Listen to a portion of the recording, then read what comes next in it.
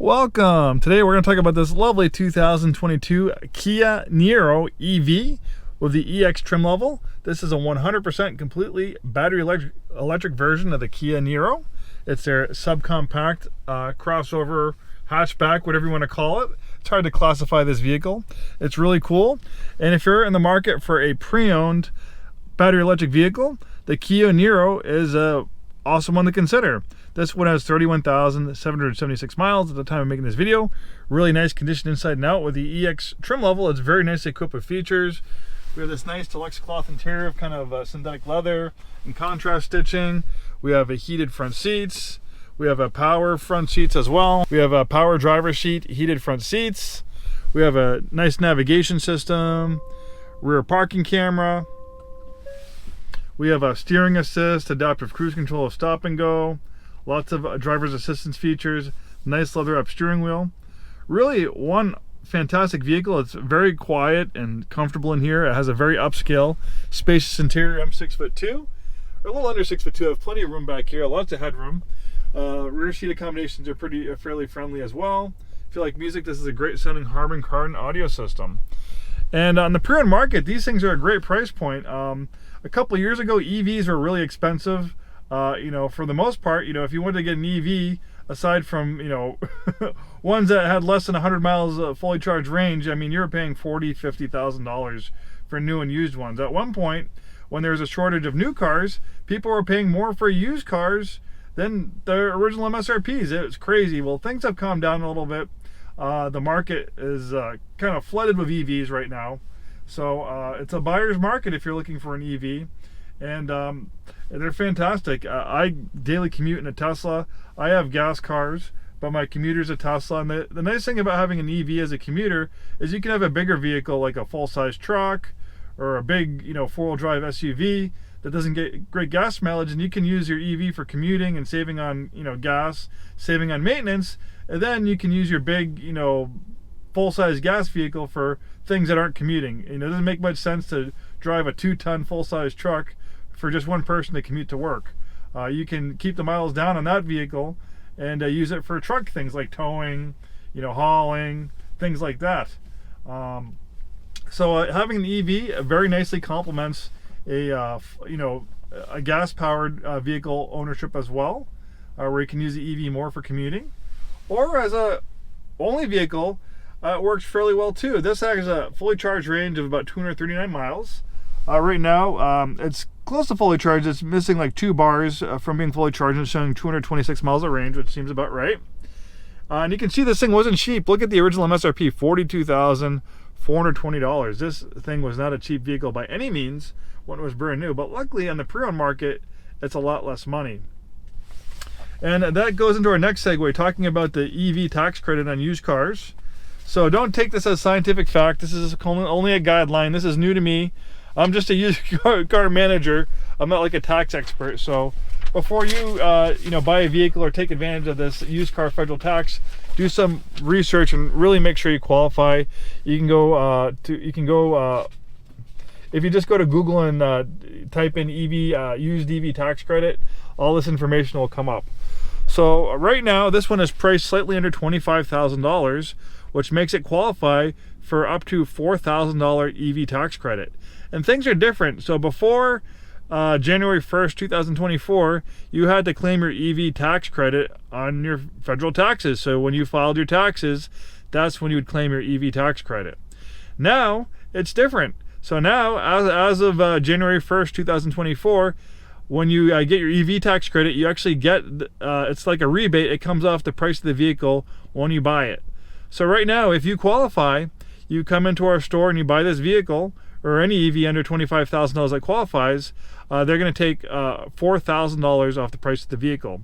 And it'll probably be in the form of a rebate, so you'll probably have to pay the applicable tax on the full amount, but then it's like a cash rebate. It's almost like putting $4,000 cash down, except the government's doing it for you instead of it coming out of your own pocket.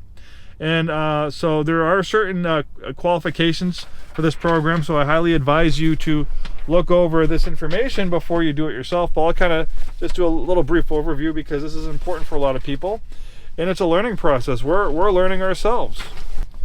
So they have a page on the website to check to see if the vehicle qualifies. So one of the qualifications, not only does it have to be an EV, but to qualify for the used EV tax credit, to qualify for the EV credit, it has to be 2 model years or older. So since it's 2024 and this is a 2022, this is at least 2 model years or older, so that qualifies. So you can see right here, I checked, I plugged it in, Niro EV, which was made between 2019 and 2022, and they all qualify for that rebate between those model years. So in addition, your modified adjusted gross income may not exceed $150,000 for married filing jointly or surviving spouses, $112,500 for heads of household, or $75,000 for just all other filers. And you can't be a dependent either. So you can't be a dependent where someone else is claiming you on their taxes. You won't qualify either for that. So at the time of sale, it's the dealership's responsibility to find out if you qualify. And I guess if the dealership gives you that $4,000 discount and you don't qualify and the dealership didn't do their due diligence, I think it's not set in stone, but I would assume that the dealership would probably be liable for paying the taxes. So from what I take it is basically the dealership is forwarding you the discount, and then the dealership's going to go ahead and file paperwork with the IRS and get reimbursed from the IRS for that tax discount, for that discount they've taken off the vehicle. A little confusing, yes. Right. So that's pretty much a brief that's a brief overview, but that's a brief overview of the tax credit. It's really cool. So basically, if you can buy this vehicle for under $25,000 and then take $4,000 off the price with that tax credit if you qualify, that's kind of like buying it for close to $21,000. I'd say this is a lot of car for $21,000, a 2022 EV that was over $40,000 when it was brand new. So yeah, it's a great vehicle. With a fully charged range of 225 miles, that it would also be sufficient as the only vehicle for somebody. Obviously, if you drive more than 100 or 200 miles a day, you'd be relying on fast charging, which if you have a non-Tesla product, that can be spotty, just keeping it real. But if you have home charging, you can charge it off a 110 outlet, but the best way to charge this thing is to get a 220 outlet set up in your house. With a 220 outlet, you can get a full charge overnight. So every day you wake up in the morning and you have a full tank of electricity. And most people don't drive more than 100 miles a day. So for most people, this will, be plenty of range for your daily commute. And, there are fast charging options if you do want to go on a road trip. You just kind of have to plan ahead and see where those fast chargers are and stuff like that. So yeah.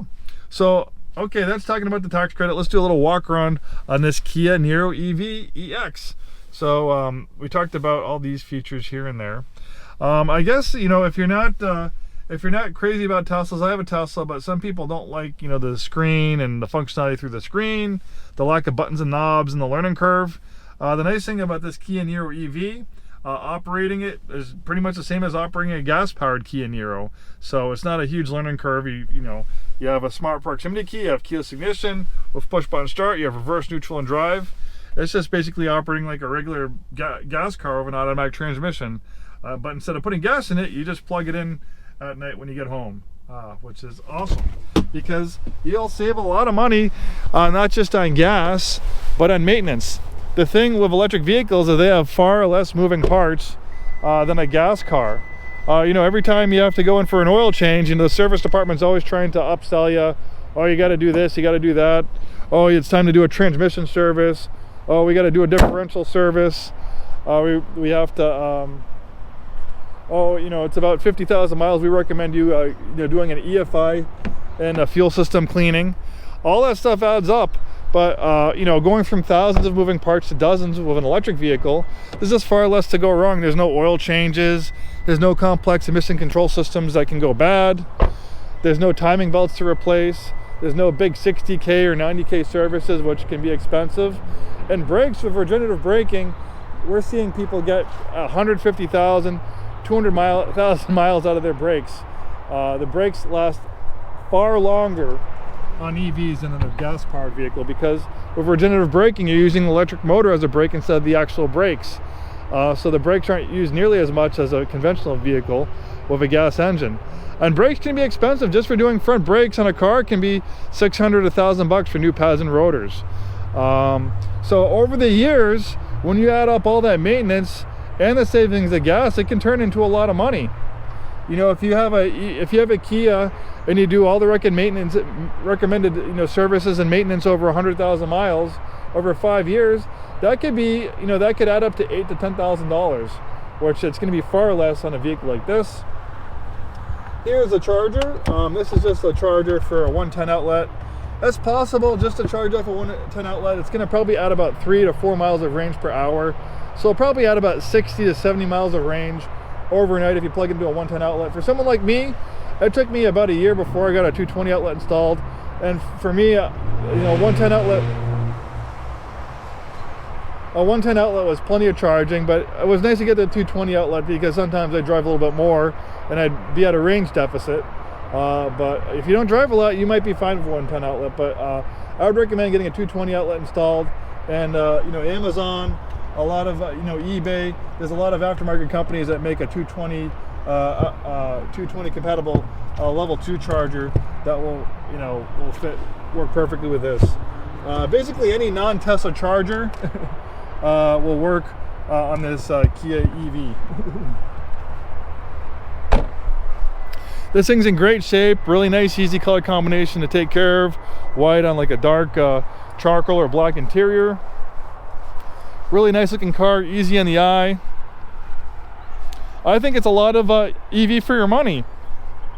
And someone who bought one of these 2 years ago, they were paying $30,000, $40,000 for these things, even on the used market, because there is a big EV bubble where people are just going crazy for EVs, and it kind of cooled off a little bit. But I still think EVs are in the future. I've been driving an EV for a year and a half, and as far as a commuter goes, I don't want to go back.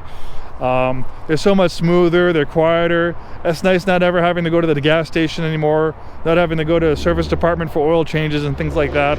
So yeah, I think if you're thinking about switching to an EV or adding an EV commuter to your fleet of cars at home, this Kia Niro, especially if you qualify for that $4,000 tax credit, is an awesome deal. Thanks for watching. Hope to see you soon and have a wonderful day.